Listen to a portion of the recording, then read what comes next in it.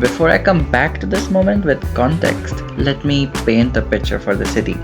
Striking architecture, water canals, cool cars, warm potato fries, grey clouds, and a healthy dosage of tourists in every alley.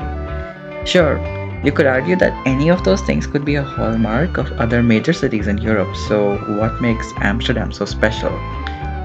And to that, I present this video, a short documentary of life in Amsterdam, at least from my experience. First, let me take you back to my particularly memorable voyage from Brussels to Amsterdam. If you are not acquainted with the Belgian train system, just remember that it is not immune to worker strikes. And yes, this is putting it politely, these strikes happen more often than we would like to admit. So, my train towards Amsterdam suddenly comes to a stop at a random station just before midnight and goes pitch black. No light, nada, completely dark. And fast forward to 1.5 hours later when the train finally moved and we reached Amsterdam around 12 am. We were welcomed with drunk college kids watering the trees with beers, and that is one solid precedent to start my trip with. As we Ubered towards our hotel in a Tesla, we were lucky to have a nice talkative driver who spoke highly of the Dutch lifestyle, people, and manners. He said he belonged to Morocco but had converted his nationality to settle in Netherlands with his family. So, my first opinion of Amsterdam? It is a modern city by all means, well preserved in culture, adept to evolve with new changes. So, that did make me excited for the next morning. We were greeted by a light drizzle. We took the tram towards the city center, began exploring.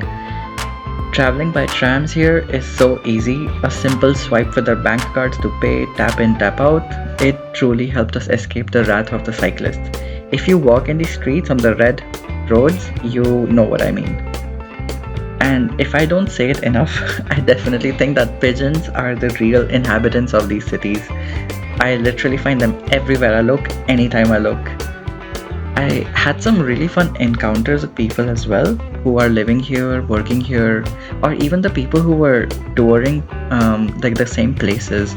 In one coffee shop, I was even surprised to find the owner super friendly, reminding me to be aware of the pickpockets around the city and to try touring outside of Amsterdam if possible.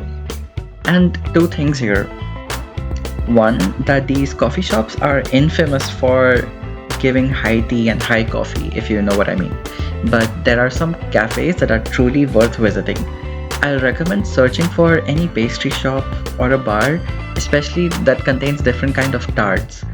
I read online about the apple tart of Amsterdam, but there is so much variety here, so I would definitely recommend exploring.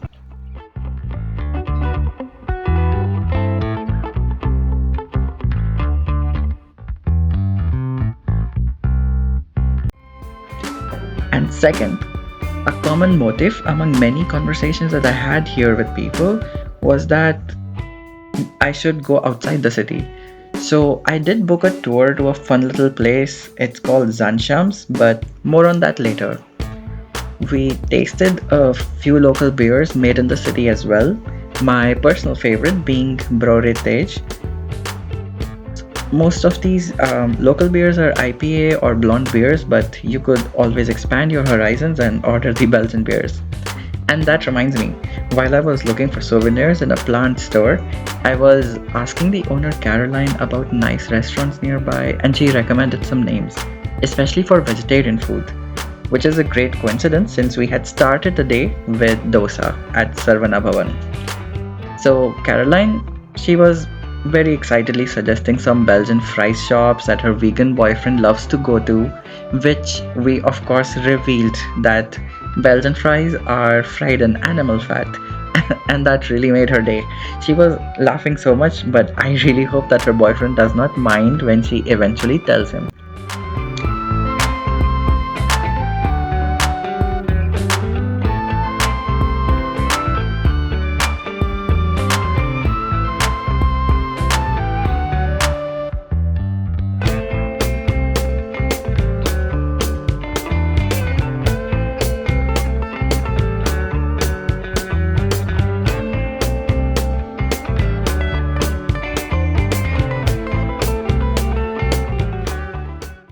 Walking around the city, every building looks optimized for space and design.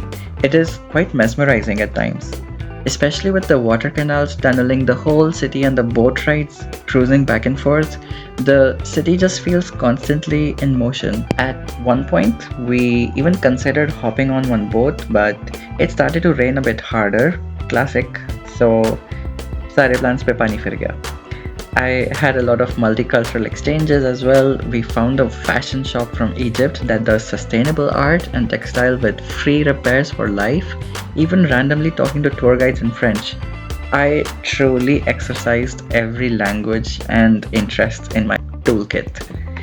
Um, and well, to close the day, we browsed a few bookstores and sauntered into a Chinese restaurant recommended to us by Caroline.